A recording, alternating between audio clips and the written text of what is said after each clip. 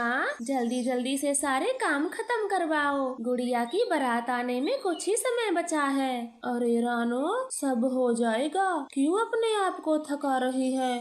मेरे पास बैठ जा, थोड़ा आराम कर ले। नहीं माँ, अब तो गुड़िया की शादी के बाद ही आराम होगा, उससे पहले मुझे चैन कहाँ आएगा? अभी तो कितने सारे काम बाकी हैं। अरे आपने मुझे किन बातों में लगा लिया? मैं दर्जी के पास जाने वाली थी, गुड़िया का लहंगा फिटिंग करवा के भी तो लाना है, बारात बस आती ही होगी। ऐसे कहकर रानो जल्दी में निकल जाती है। वो तेज उड़ती है और जल्द ही दर्जी के पास पहुंच जाती है। गौरी बहन, जल्दी से मेरी गुड़िया का लहंगा दे दो, बारात बस आती ही होगी। हाँ रानो, बैठो 2 मिनट, मैं अभी लहंगा लेकर आती हूँ। गौरी लहंगा लेने के लिए अपनी सिलाई की दुकान खोलती है। वो लहंगा देखते ही चौंक जाती है। रानो, गुड़िया का लहंगा तो जल गया है। रात को बिजली चली गई थी, मैंने मोमबत्ती जलाकर काम किया और गलती से उसे बुझाना भूल गई। गौरी के मुंह से यह बात सुनते ही रानो के पैरों से जमीन खिसक जाती है।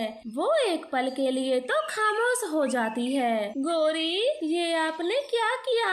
अब मेरी बेटी क्या पहनेगी? उसकी शादी कैसे होगी? रानो, मुझे माफ कर दो, ये सब मैंने जानबूझकर नहीं किया। हम गुड़िया के लिए दूसरा लहंगा लाएंगे। पता है गौरी, गुड़िया के ससुराल वालों ने वो लहंगा 20,000 का खरीदा था। अपना लहंगा ना देखकर वो क्या सोचेंगे? रानो, जो सोचना है सोचने दो, मगर अब लहंगा तो हम ही को खरीद के लाना होगा। आप चले मेरे साथ। ऐसे रानो को समझाते हुए गौरी उसे लहंगे की दुकान पर ले जाती है और वो कई तरह के लहंगे देखती है। रानो, अब बिल्कुल उनके जैसा लहंगा तो नहीं मिलेगा, हम यही ले लेते हैं, और वैसे भी बारात आती ही होगी। फिर वो वही लहंगा लेकर घर आते हैं। लड़के पक्षी वाले भी बारात लेकर आ गए थे। गुड़िया को तैयार कर मंडप में लाया जाता है।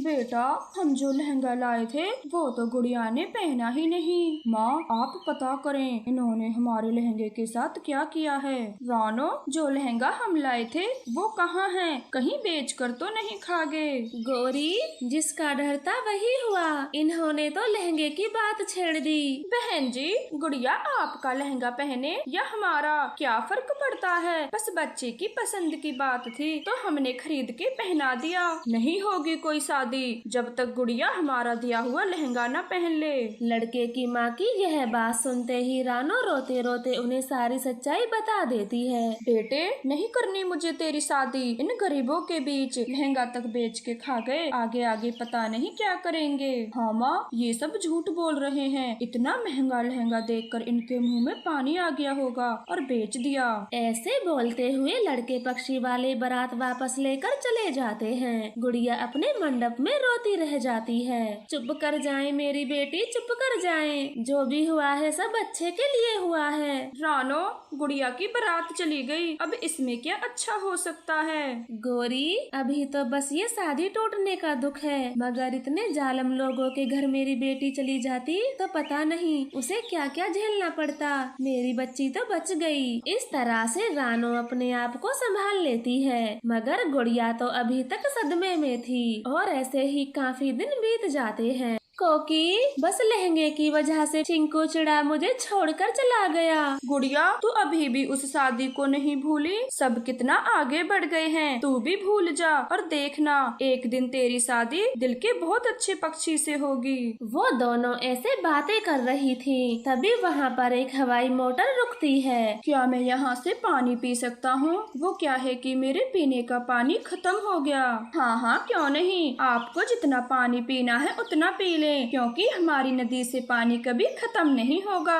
अरे, आप तो बड़े मजाकिया हो, मुझे ऐसे पक्षी बहुत पसंद हैं। ऐसे कहकर विदेशी चिड़ा पानी पी लेता है। तभी उसकी नजर गुड़िया के मासूम चेहरे पर जाती है, जिसकी आंखों में पानी था। अरे, आपकी सहेली इतना उदास क्यों है? क्या हुआ है उन्हें? कोकी विदेशी चिड़े को सब बता देती है। विदेशी चिड़े को गुड़िया के हालातों पर बहुत दया आती है और वो उससे मन ही मन शादी शादी करने का फैसला कर लेता है। मैं तो गुड़िया से ही शादी करूँगा, और वैसे भी एक न एक दिन शादी तो करनी है। अगर गुड़िया से होगी तो उनके और उनके परिवार का दुख भी शायद कम हो जाए। अरे आप कहाँ खो गए? हम जा रहे हैं। फिर वो दोनों वहाँ से चली जाती हैं। विदेशी चिड़ा अपनी मम्मा के साथ गुड़िया के घर आता है। अरे आप तो वही हवाई मोटर वाले हो जो सुबह तालाब पर पानी पीने रुके थे। गुड़िया बेटी, आप इनको जानती हो? हाँ माँ, ये हमें सुबह तालाब पर मिले थे।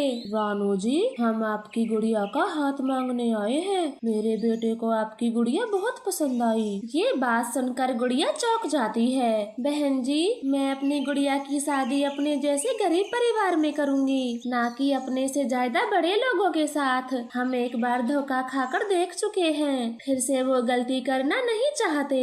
देखें बहन जी, जो आपके साथ हुआ वो बहुत बुरा हुआ, लेकिन हम उनमें से बिल्कुल नहीं हैं जो एक छोटी सी बात पर बारात वापस लेकर चले जाएं। वो लोग भी रिश्ते के समय बहुत अच्छे थे, मगर एंड टाइम पर सारी हदें तोड़ दी। वो मेरी बेटी को मंडप में छोड़कर चले गए। अब तो बहुत डर लगता है तुम्हारे जैसे अमीर पक्षियों से। अब आप भी जाएं यहाँ से, हमें माफ कर दें। रानो की ऐसी बातें सुनकर वो दोनों वहाँ से चले जाते हैं, मगर विदेशी चिड़ा तो कुछ भी करके गुड़िया से शादी करना चाहता था। वो गौरी कव्वी को लेकर रानो से बात करता है। रानो, ये जरूरी तो नहीं जो गुड़िया के साथ हुआ वो हर बार हो, इसलिए मैं तो कहती हूँ आप ये रिश्ता ले लें। रॉकी चिड़ा बहुत अच्छा है। गौरी बहन, आपने तो सब कुछ अपनी आँखों से देखा था, फिर मैं ये रिश्ता कैसे ले लूँ? ये तो उनसे भी ज्यादा पैसे वाले हैं। हाँ रानो, सब देखा मैंने और अब भी देख रही हूँ। मुझे इनकी आँखों में सच्चाई दिखती है, और तुम ही सोचो, गुड़िया की किस्मत से ज्यादा उसे कुछ नहीं मिलेगा। रानो को गौरी कव्वी की बातें ठीक लगती है और वो शादी के लिए मान जाती है। देखें बेटा, मेरी गुड़िया पहले ही शादी टूटने का दुख झेल चुकी है, आप ऐसा कभी मत करना। मेरी बस यही विनती है आपसे। नहीं आंटी जी, आप मुझ पर पूरा विश्वास करें, मैं ऐसा कभी नहीं करूँगा। गुड़िया को बहुत खुश रखूंगा। फिर विदेशी चिड़े की शादी गुड़िया के साथ हो जाती है।